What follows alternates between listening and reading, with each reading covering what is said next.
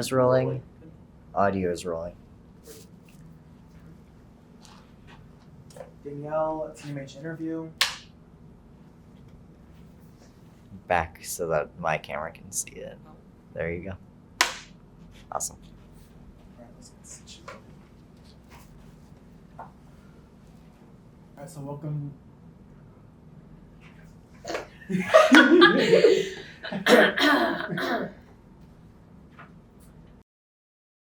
All right, so welcome to the Making of Homecoming 2022 interviews. Can you introduce yourself and your former homecoming title? Yes, I am Danielle Hagenseker, and I am the former PR and marketing director for the Homecoming Board. It's been some months since homecoming, so how's everything been, school and life? Things have been pretty good. Definitely have taken a little break on all things like chaos that homecoming was. I got engaged, which is probably the biggest life thing. So that's fun. Yeah, school's going good. I'm graduating in May, so I'm very excited to get out of here. I love Virginia Tech, but ready to be done with school. So yeah. Close of the chapter, yes. Right. So let's jump back to, I guess, the fall of 2021. What made you apply to the Homecoming Board, and more specifically, your role as Director of PR and Marketing? It's actually kind of a funny story how I found out about the role. My boyfriend, now fiance, actually won the big giveaway at the end of the prior homecoming. And so he had gotten an Apple Watch, and he was kind of on that list of contacts that they had. So they sent out, we have all of these openings. And he was like, PR and marketing, that's perfect. So he showed it to me, and, I looked more into it, and I was like, that'd be super cool, especially for 150th anniversary. I was like, wow, what an honor that would be. So I applied, got the interview, and the rest was history. It was such a surprise that I got the role, and I remember calling my mom because she was all excited for me. She went to Virginia Tech as well. Her and my dad actually met here. So I have kind of a history with Virginia Tech, and now I get to, be a part of like the 150th celebration of it. So it was really, really a cool experience to get to do that. That's awesome. And did you know your boyfriend before you came to Tech? Yes, we actually have known each other since 8th grade, but we started dating after high school. So we both went to community college for the first 2 years and then went to Tech after that. Wow, that's cute. Your children are going to say my grandparents met at Tech, and then your children will say my parents got engaged at Tech and met at. Oh my gosh. That's awesome. Oh my God. Okay. Another time. So, your wedding film. Okay. So as Director of PR Marketing, what was your day-to-day or week-to-week like? So it was kind of all over the place. A lot of the beginning was just planning, obviously. A lot of like social media posts that we wanted to plan, a lot of graphics that we would go ahead and have to plan to send over to visual arts and have them plan that sort of thing. So kind of really creating that calendar of what we wanted to post, what information we wanted to get out there. Additionally, we were, creating just trying to get the word out there. So not just like social media posts, but kind of just generally how are people going to find out about homecoming. I think we knew from the past that people had this misconception of homecoming that it was more like a high school homecoming, but at Tech it's very different. So from the beginning, we kind of had that goal to get out there exactly what it was, what the court members were doing. So day to day was really just creating the messaging that would, change the audience's perspective of what homecoming was. Yeah. So going into the spring of 2022, how are you feeling? New-time director of PR marketing, fairly new to the university. So how are you feeling going into that? I was a little overwhelmed, definitely relying on my team with so many people that had been there for so many years before. That was very helpful to already have those connections with everybody. I think I was very confused at first about how, like, the whole setup of Tech is. So, like who you need to go to, like what departments work with certain things. So that was confusing at first, but eventually got the hang of it. And really, I think it was good overall to make connections with kind of all of them because they all have their little things that they do. So I was trying to figure out things with assistants, what do we delegate? What do we work on together? Very overwhelmed, but excited to actually implement things that we would do like end of summer, beginning of fall. Yeah. So tell me about the process, your process when planning out strategy or campaigns or anything like that? Well, what I had learned from some of my PR classes, I sat down with my assistants and kind of got their idea of what they wanted, like the goal of this to be, what they wanted to see out of this, like we know in PR, like what actions we want to see the audience change, maybe some like actual goals of like how many people we want to interact with our social media posts.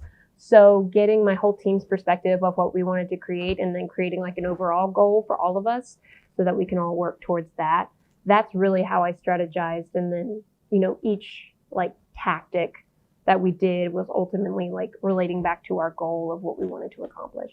Yeah. And during your time on the Homecoming Board, you were assisting in the production of Homecoming Court 72 Questions. So tell me about that and being on location with the Homecoming Court and the cinematography team. That was super, super cool. I loved the whole experience of seeing all of it, like every single step of it, and then seeing the end of it. And I remember, you, Ryan, showing me like little clips that you would film when I wasn't there. And I was like so excited to see just like how great it came together. I think you did a great job of organizing the whole thing so that it did make such a great like film at the end. But I also think that it was very helpful to get to know the court candidates like as people too, and not just their platform, because being on board, you actually don't get a whole lot of interaction with them.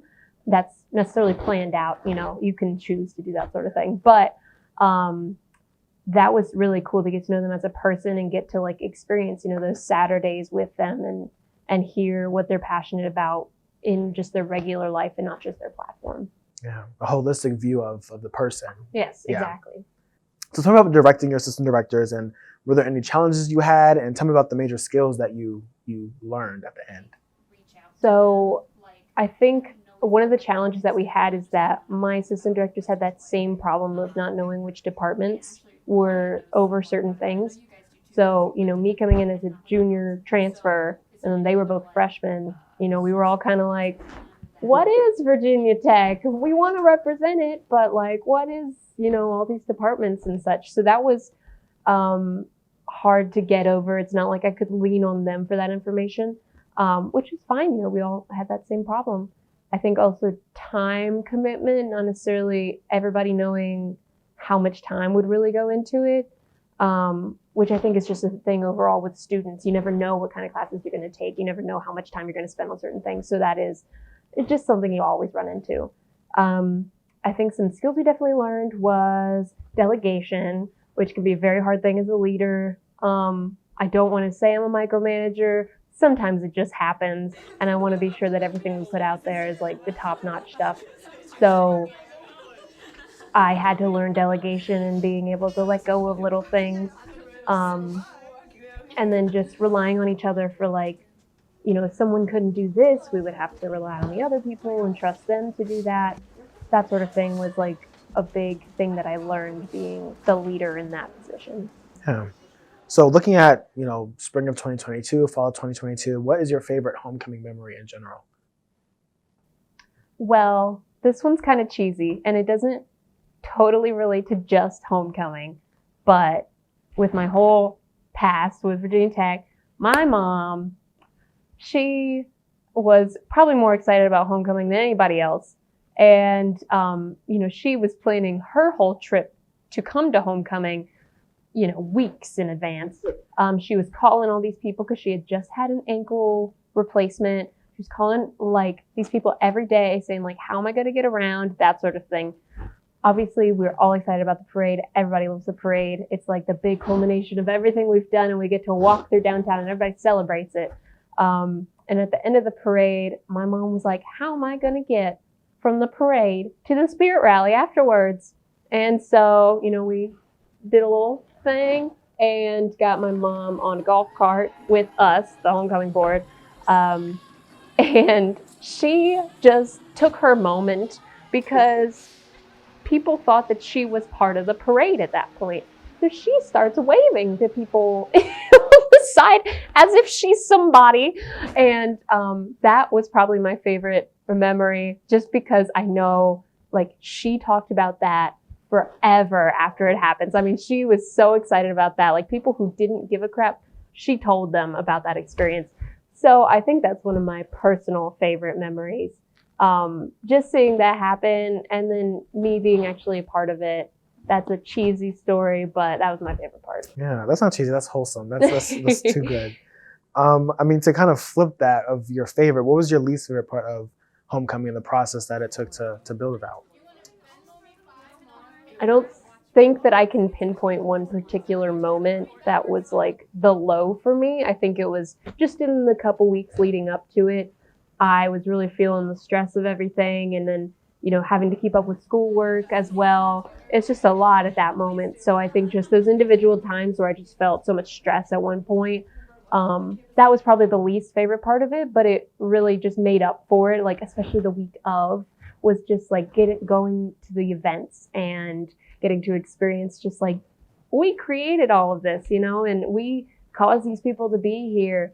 I think that totally made up for all of the other stressful moments that we had leading up to it. So as your time at Virginia Tech comes to a close and you graduate in May, what do you envision your legacy being? Not just for homecoming board, but when someone looks at your name and they see Virginia Tech next to it, what do you want them to associate? I think in the 2 years that I've been here, which feels like a very short time, I feel as if I've done a lot, even not necessarily like involvement with different clubs and stuff. I think homecoming really took over the capacity of my involvement during that time. And ever since then, you know, I was like, I'm engaged. I'm just going to play my wedding. I'm not going to do anything else.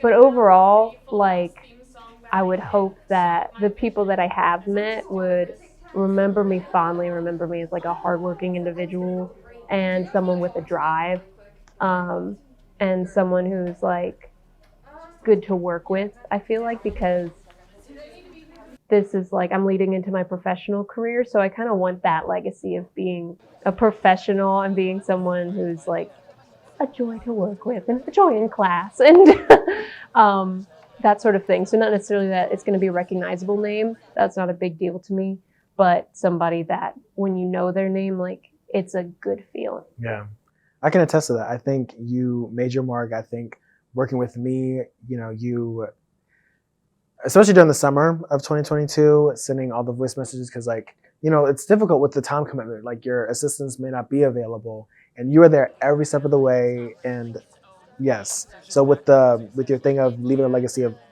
awesome to work with, check. Yeah, because I just, even at the banquet, I was like, I have to shout out Danielle Hagenseker because I sent the most voice messages to you probably than anyone else. Hours of voice messages. So yeah. So looking at the whole homecoming process, who was your support system? Because there was a lot of stress. So who was there to support you? Well, Ryan Paul, I definitely say, was a big supporter, someone who was always there, bounce ideas off of like crazy. I mean, we were always in the office together because we both lived in the office for a while. So definitely Ryan Paul. Sahil was very committed to be there when you freaking wanted Sahil there. He was freaking there. He was involved, especially at all of our like tabling and that sort of thing. I really want to shout out my lovely assistants, Riley and Hayden. Thank you guys for all that you guys did, and just all the support that they gave, the willingness that they had to help in like every single little area, and just what they provided with homecoming board as a whole. Heather, Morgan, and Katie. They came to us when we had been passed around, and that's okay. It happens with jobs and that sort of thing. I totally understand it happens with jobs. But these women went to bat for us and totally like stood up for us to the staff and said, you know, these people have been working hard. They deserve a certain amount of recognition. And so they really paved that way for us to have an easier time, a better experience. So I really appreciate them coming in when they did. Yeah. So what are your hopes for next year's homecoming and this 2023 homecoming board? I think it'll be hard to come off of the 150th celebration, if nothing else, because the staff had so much involvement and so much like drive to make that homecoming such a good one. So they were so involved with so much of it. So I think it'll be hard to just come off of that.